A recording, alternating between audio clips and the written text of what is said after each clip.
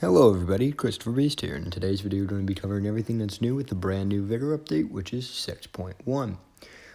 So 6.1 is a kind of like holiday themed update. To put it in the devs' words, it's starting to look a lot like Christmas, seems to be the main vibe of this update. The first major change is there's now snow in the shelter. That will actually be the static background footage that I'll be playing throughout this video because it looks really good. Really good. A lot of people have been wanting snow in the shelter ever since last Christmas when we just got the tree. But don't worry, the tree is still returning as well as all the other holiday-themed items across the shelter. In other news, this update isn't just a holiday update. We've got two brand new POIs and some brand new rewards for Shootout. Before I get into those, though, I do want to quickly touch up upon Santa's back. Y'all, anyone who's here since last December knows what that means. That means the airdrop will now be Santa's sleigh, and the airdrop when it hits the ground will be a big bag of presents. Alright, it's pretty cool. It looks pretty nice, and I'm going to play a quick little show of what Santa flying across the sky looks like.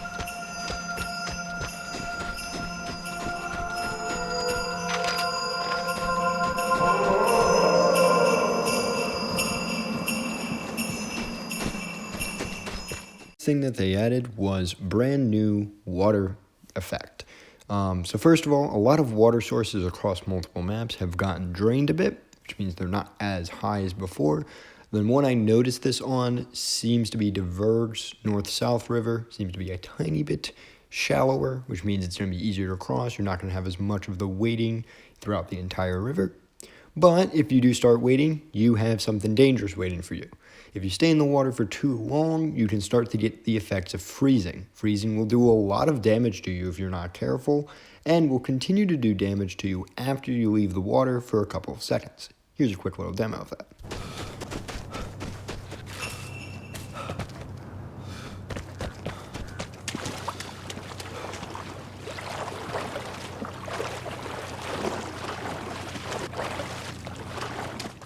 Moving on from there, let's get into the new POIs. The first of the two new POIs is the time safe. This location will allow you to, much like the original safe, get safe loot. However, you have to do some extra steps.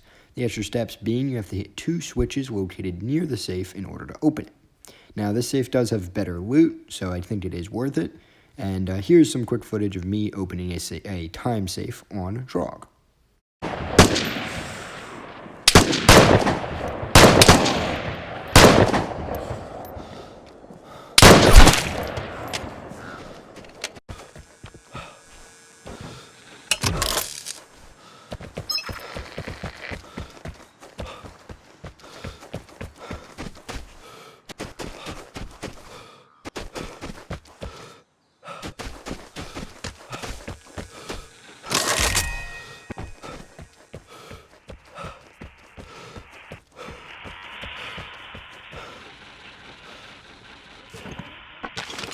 Moving on to the next new POI, we have the locked container. The locked container is a quite unique POI in that it's a giant yellow shipping container that you have to open a series of locks on. You can either open these locks by shooting them or by filling out the 3-digit code that they require, which works just like a normal crate. These crates are extremely popular right now in live lobbies, and if you're playing, I would suggest you do this in duos so someone can cover you while you open these. It is up to you though.